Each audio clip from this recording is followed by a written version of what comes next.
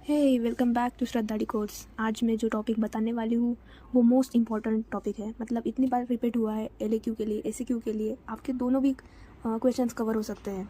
तो चलो हम आज देखते हैं compare and contrast between Bryonia and rhus tox. आज जो PYQ में इनका रूमेटिज्म पूछा था वो मैं आपको आज इस वीडियो में क्लियर करूँगी।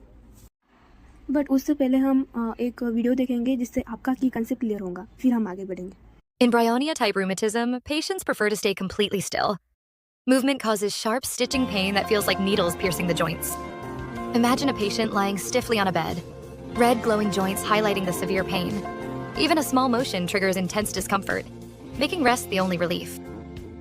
This is why Bryonia is labeled worse by motion, better by rest. Now switch to Rhus-Tox rheumatism. Patients wake with stiff joints, struggling with painful first movements. But as they continue to move, the stiffness eases and comfort returns. The symptoms worsen in cold, damp weather, making joints ache more. Rhus-Tox is known for better by motion, worse after rest, often aggravated by rainy, damp conditions. Here's the key difference. Bryonia patients avoid movement to reduce pain, while Rhus-Tox patients improve with continued motion. On screen, the split view shows Bryonia's red-themed patient lying still, and Rhus-Tox's green-themed patient walking comfortably. Remember, Bryonia means don't move, and Rhus-Tox means move to improve. Understanding these modalities helps differentiate remedies in rheumatism treatment. चलो आपको video से थोड़ा सा visualise हो ही गया होगा, पर मैं मेरा बताती हूँ कि ब्रायनिया और रस्टॉक्स की जो मोशन की जो ट्रिक है वो कैसे याद रखें। पहले तो बी मतलब ब्रायनिया तो उसे बैठना पसंद है, और बैठना पसंद है तो उसे चलना पसंद नहीं होगा, ठीक है।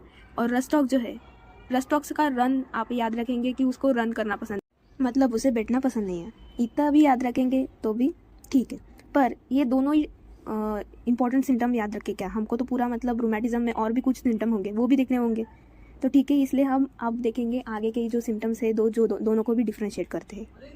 तो चलो हम अब एक एक ड्रग देखेंगे। तो पहले मैं ब्रायनिया बता देती हूँ। ब्रायनिया जो है one of the most important drug में से एक है।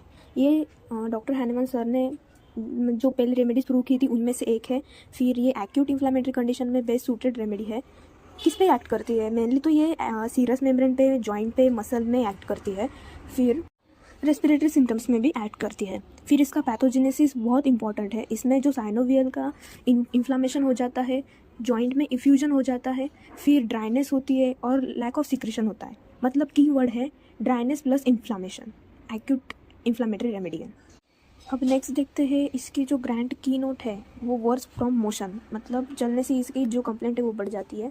फिर मतलब स्लाइटेस्ट मोशन भी इसे सीवियर पेन दे सकता है, इसलिए पेशेंट को रेस्ट करना बहुत ज़्यादा पसंद है।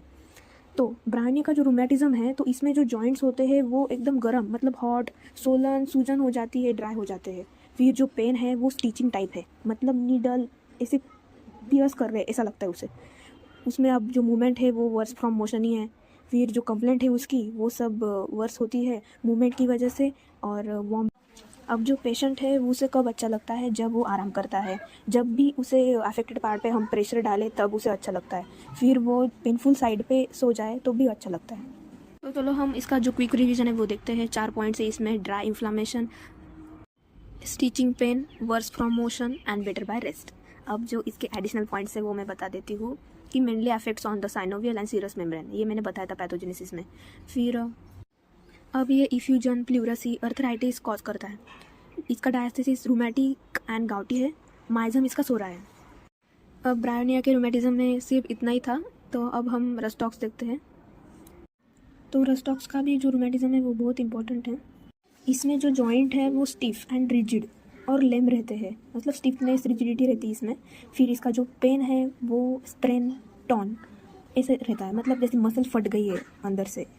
मूवमेंट में इसकी जो फर्स्ट मूवमेंट है वो पेनफुल है, पर उसके बाद जो मूवमेंट करता है कंटिन्यूसली तो वो पेनलेस है, उसको मोशन से रिलीफ मिलता है। अब इसकी सेंसेशंस देखते हैं। Muscle torn, tendon pulled and joint sprain, मतलब ऐसा लगता है कि मसल अंदर से फट गई है, टेंडन में खिंचाव है, फिर जॉइंट स्प्रेन हो गया है, ऐसी फीलिंग है उसमें। फिर इसकी पैथोजेनेसिस भी वैसी ही है कि साइनोवियल में इन्फ्लामेशन है, जॉइंट फ्लूइड में इफ्यूजन है, फिर ड्राइनेस है, और इसमें एक ही अलग है कि मोशन से इसको रिलीफ मिलता है। अब इसका कीवर्ड है स्प्रेन लाइक पेन। और सोर टू टच मतलब उसे टच करने से तकलीफ़ होती है।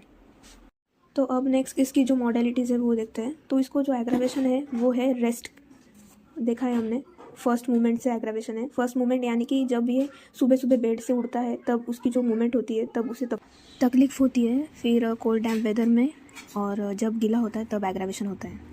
रस्टॉक को एमुलरेशन मोशन से है, वार्म से है। हमने ब्रानिया में देखा था कि वार्म से उसे एग्रावेशन था, पर इसमें एमुलरेशन है। फिर ड्राई वेदर से एमुलरेशन है। फिर चेंजिंग पोजीशन, जो पोजीशन मतलब चेंज करते ही रहता है। तो इसकी क्योंकि रस्टॉक पेशेंट जो है वो रेस्टलेस रहता है, तो आपको रेस्टलेसनेस की ट्राई तो पता है ना? कोई बात नहीं, मैं बता देती हूँ। उसमें है एकोनाइट, आर्सेनिक अल्बम एंड रस्टॉक्स। अब आगे देखते हैं रस्टॉक के एलिमेंट्स फॉर्म। तो इसको जब स्वेट होता है तब वो गीला हो जाता है, तो उससे और उसकी कंप्लेंट बढ़ जाती है। फिर डैम्प वेदर से और रेन एक्सपोजर की, मतलब बारिश में गीला हो गया तब भी कंप्लेंट बढ़ती है। और ओवर लिफ्टिंग स्ट्रेन, मतलब कोई भी भारी वजन उठाता है तब भी उसकी कंप्लेंट बढ़ती है। अब इसके कॉन्कोमिटेंट्स देते हैं। तो कॉन्कोमिटेंट्स में रेस्टलेसनेस है, ट्रायल्स पता है, मैंने बता दिया आपको। फिर एंजाइटी, एक पोजीशन में ठहर नहीं सकता और इसलिए वो अपनी पोजीशन हर बार चेंज करते ही रहता है। तो अब रिवीजन करते हैं। तो रेस्ट के बाद इसमें स्टिफनेस हो जाती है मसल्स में, टेंडन में। फिर उसको मोशन से बेटर फील होता है और जो कंप्लेंट है उसकी वो डैम्प वेदर से बढ़ जाती है। यहाँ पे अपना रस्टॉक्स ख़त्म होता है। अब हम चार्ट देखेंगे compare and contrast of bryonia and rhus tox, ठीक है?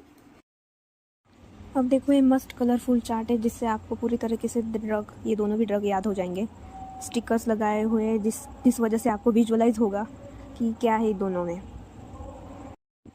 तो पहले तो कॉज देखते हैं। तो कॉज में है ब्रायोनिया का ड्राई इन्फ्लामेशन और रस्टॉक्स का कोल्ड डैम्प वेदर। फिर जॉइंट की जो स्टेट है ब्रायोनिया में है वो हॉट है, सोलन एंड ड्राई, और रस्टॉक्स की जो है वो स्टिफनेस, रिजिडिटी, लेम है। फिर पेन टाइप, इसमें स्टिचिंग है, ऐसे नीडल जो पियर्स होती है वैसे, और इसमें टीयरिंग, स्प्रेन, जैसे मसल अंदर से फट गई है रस्टॉक्स में। अब जो मोशन है, तो मोशन आप एक का भी याद रखेंगे तो दूसरे का ऑपोजिट करना है। तो ब्रायोनिया का याद रख सकते हैं, ठीक है? ब्रायोनिया में क्या है कि उसको मोशन की वजह से तकलीफ़ें चालू हो जाती है, कंप्लेंट्स बढ़ जाती है और रेस्ट से आराम मिलता है, तो आप रस्टॉक्स का ऑपोजिट कर देना। फिर मॉर्निंग में ब्रायोनिया में वैसे कुछ वेल मार्क नहीं है, पर रस्टॉक्स में वेल मार्क है। उसको सीवियर स्टिफनेस है मॉर्निंग में, मतलब फर्स्ट मोशन, उसका जो फर्स्ट मोशन है वो पेनफुल है, वो याद रखना, ठीक है?